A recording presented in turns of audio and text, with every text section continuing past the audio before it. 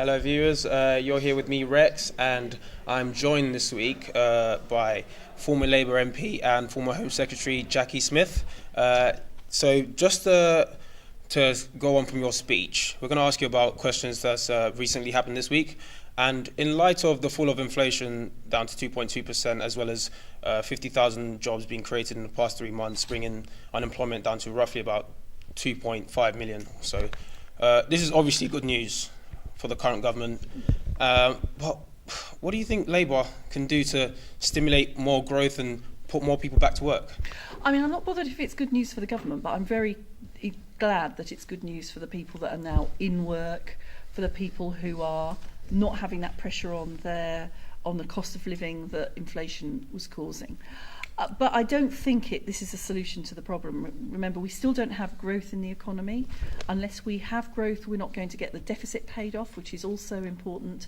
So I think that, the important thing that Labour is saying to this government, this Conservative Labour government, is you can't just leave it as it is. You've got to come up with something serious that is going to help the economy to start growing. And things like you can have a bigger conservatory in your garden is not going to cut the mustard when it comes to helping the economy to grow.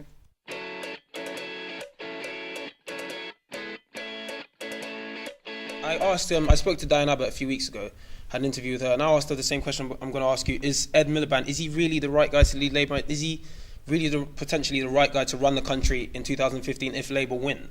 Look, Ed Milliband is the person that the Labour Party elected, and I didn't vote for him. But I have to say, over the last month in particular, really actually over the last year, I have become much more confident in his ability to not just be able to lead the Labour Party, but to be able to lead the country as well.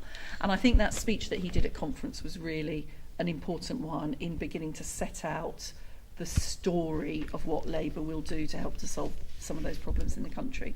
But I also think it's a fair point that people, students, others are a bit disillusioned with politics, and it's the job of politicians to get back in touch with people. And that's why, one of the reasons I don't have to trail around the country doing meetings anymore. Yeah. And one of the reasons that I accepted Joe's invitation to come and talk here at Kent is because I just know that Kent Labour students are precisely the type of Labour club that is outward looking, that does welcome in all sorts of people, that doesn't just wait until elections come around to campaign, but has campaigns like the living wage campaign, like supporting the local rape line as they are doing, that are saying to people, look, politics isn't just about politicians up in Westminster, it's about what we can do together to change people's lives where it impacts on you. And that's the sort of politics that I like, and it's the sort of politics that I see here with Kent Labour students.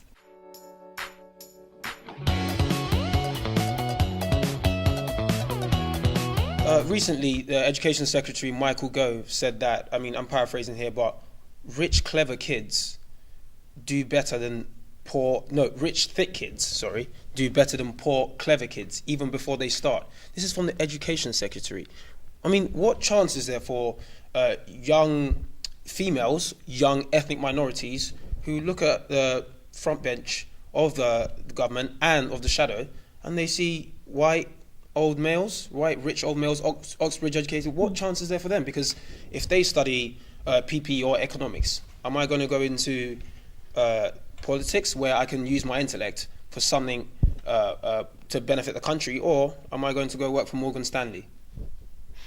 Well, you're right that politics too often looks male, pale and stale. I agree. And that's one of the things that we need to change in order to get people, the most talented people, to want to go into politics. Well, to be fair to Labour, right, when it comes to women's representation, of course, we've worked through things like All Women Shortlist to considerably increase the proportion of women that are there, including, young women who got elected in 2000 and young girl women who got elected in 2010. But the other thing, to come back to what I said before, I think the other thing we need to remember is that politics isn't only about what happens in Westminster. Now, of course, I realise this even more now. I'm not there since 2010. But, to be honest with you, I've been interested in politics for as long as I can remember, certainly for probably 40 years. I joined the Labour Party in 1979. For most of that time, I wasn't in Parliament, but I was still involved with politics and political campaigning. So I think you need to get politics where people are, and that will invigorate them. And then you need to sort of demonstrate to people I mean, it's not a bad thing to want to go and work in Morgan Stanley, right? Necessarily.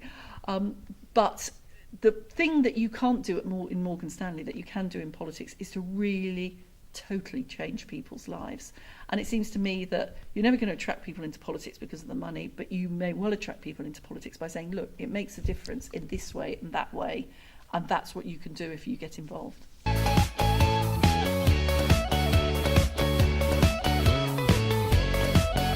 You mentioned during your speech that Labour, you had a big loss in the 1992 elections. What do you think the Labour Party needs to do to avoid another big loss? I mean, because I mentioned again, disillusion.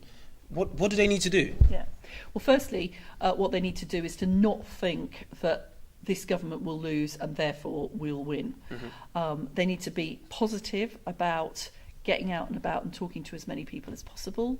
They need to be listening to what people are saying, because it's quite a new world out there, I think, now, post the financial crisis, during a really difficult economic time, global uncertainty. People are thinking about things in a different way, certainly I think, than perhaps was the case for the last 20 years up to that global financial crisis. So you've got to say to people, well, what are the things that are really worrying you? What are your ideas about how we put them right? And then you've got to, as Ed is beginning to do, say, okay, this is where we stand. We believe in one nation. What does that mean? Well, it means things like the stuff that we've been doing on fuel bills. It means having a capitalism that works for business, but it works for everybody as well, and there are things that we can do to ensure that happens.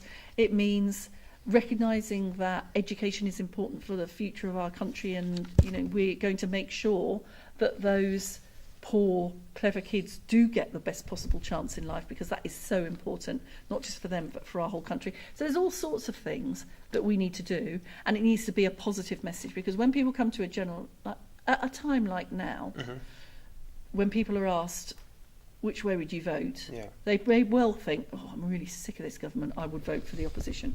But when they get to a general election, they're making a decision between two possible options, and that's when you've got to have the positive option for people to vote.